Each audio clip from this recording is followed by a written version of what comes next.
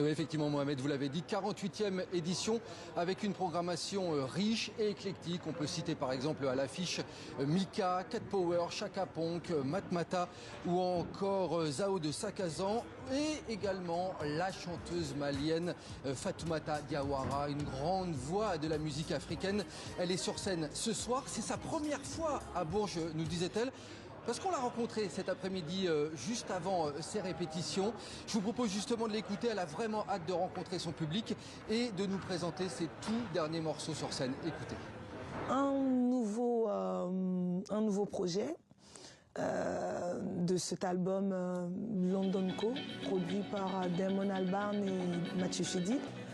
Donc mes deux grands frères qui sont tout pour moi. Et du coup, voilà, il y a un projet qui est très ancré avec les ancêtres, l'Afrique, le Mali notamment, qui a son histoire, son bagage musique traditionnelle, hein, qui est une musique assez atypique.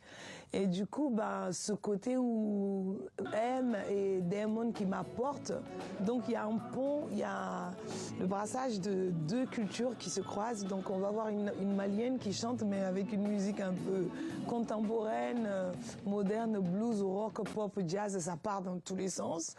Et j'ai hâte que le public rencontre ce nouveau projet parce qu'il est assez particulier. Et j'espère qu'ils vont aimer.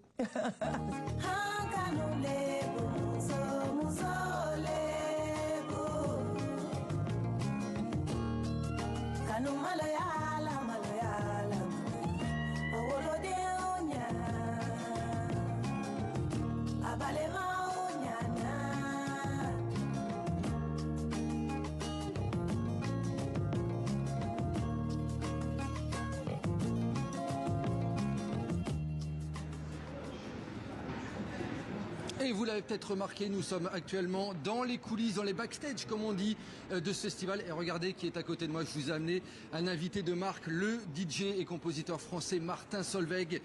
Bonsoir Martin. Bonsoir. Ce soir, Martin Solveig, il sera sur scène donc à ce printemps de Bourges. Dans quel état d'esprit on est à quelques heures de passer comme ça devant le public effervescent, on peut le dire, du printemps de Bourges? Il y a beaucoup de choses, il y a de l'excitation, parce qu'aussi c'est le premier live de la saison et c'est le cas pour beaucoup d'artistes, c'est vraiment le début de la saison des festivals et c'est ce rendez-vous très important pour les artistes, le public et un peu toute l'industrie qui tourne autour des festivals. Alors on est tous comme ça, on a bossé l'hiver, on a préparé des choses et maintenant c'est le moment de vérité. Ça permet de prendre effectivement le pouls un petit peu du public.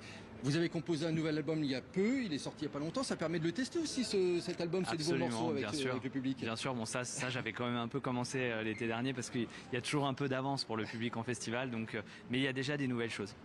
La grande différence, Martin Solveig, entre jouer en festival et jouer en club, en DJ set, en discothèque, j'imagine que c'est pas tout à fait la même chose. Non, c'est très différent. C'est très différent.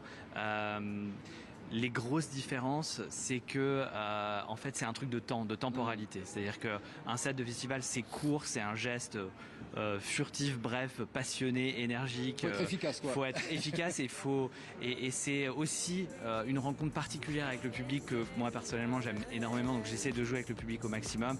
En club, c'est très différent. Il est plus tard, on joue pendant des heures et des heures. Les gens ont le temps on a le temps d'installer des choses, les gens ont le temps de se mettre un petit peu dedans. Mais je dirais que voilà, le festival c'est un peu l'expérience musicale absolue. Les gens ne sont là que pour la musique, ils sont pas là pour boire un verre ou autre chose. Et donc c'est un moment vraiment génial. C'est la musique avant tout. Martin Solveig, je regardais une étude, vous faites partie des 30 artistes francophones les plus écoutés dans le monde. Bon, j'imagine que c'est une sacrée fierté hein, ce classement. Oui, c'est vrai.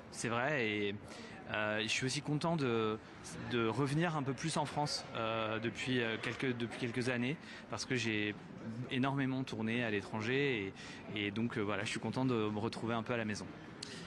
Vous avez vu l'affiche de rêve de cette année de ce festival, j'ai cité quelques noms juste avant. Est-ce que parmi tous les noms, il y aurait un artiste avec qui vous aimeriez faire un petit titre, un duo de rêve pour plus tard? Il y en a plein. Je vais dire Mika de manière évidente parce qu'on se connaît un peu, qu'on a déjà essayé il y a 12 ans et que bon, ça n'avait vraiment rien donné, mais c'était un très mauvais moment, notamment pour moi à ce moment-là. Donc, faut jamais dire jamais. Et puis, je vais aller écouter le concert de Zao de Sagazan parce que je ne l'ai pas encore entendu. Honte à moi, je ne l'ai pas encore entendu sur scène. C'est l'artiste que tout le monde nous cite cette année. Zao de Évidemment. Un duo avec Zao de Sagazan, ça donnerait quoi en gros Oh, non, je ferai pas. Je ferai de la prod. Je serai producteur. Je ferai de la musique éventuellement et elle chante très bien. Est-ce que le festival, c'est aussi l'occasion pour vous de rencontrer d'autres artistes, d'échanger un petit peu sur les nouvelles tendances, les collaborations à venir? Là, on est dans les coulisses. Bon, c'est là où se font les rencontres aussi. Bien sûr. Et par exemple, Hello, mon titre Hello, il est né d'un moment comme ça, sur un festival en Australie en 2009, où je jouais avec Dragonette, qui était donc un groupe de rock australien, canadien, pardon. Oh là là, je suis grave. Canadien, mais c'est bien Canadien, pour nous, pardon. Et en fait, on s'est rencontrés sur un festival en 2009 et on s'est dit bon, faut absolument qu'on fasse un truc et on a fait Hello l'année d'après. Et voilà. Je vous propose, Martin, qu'on termine avec un extrait de votre dernier album, histoire de s'ambiancer un petit peu avant ce soir.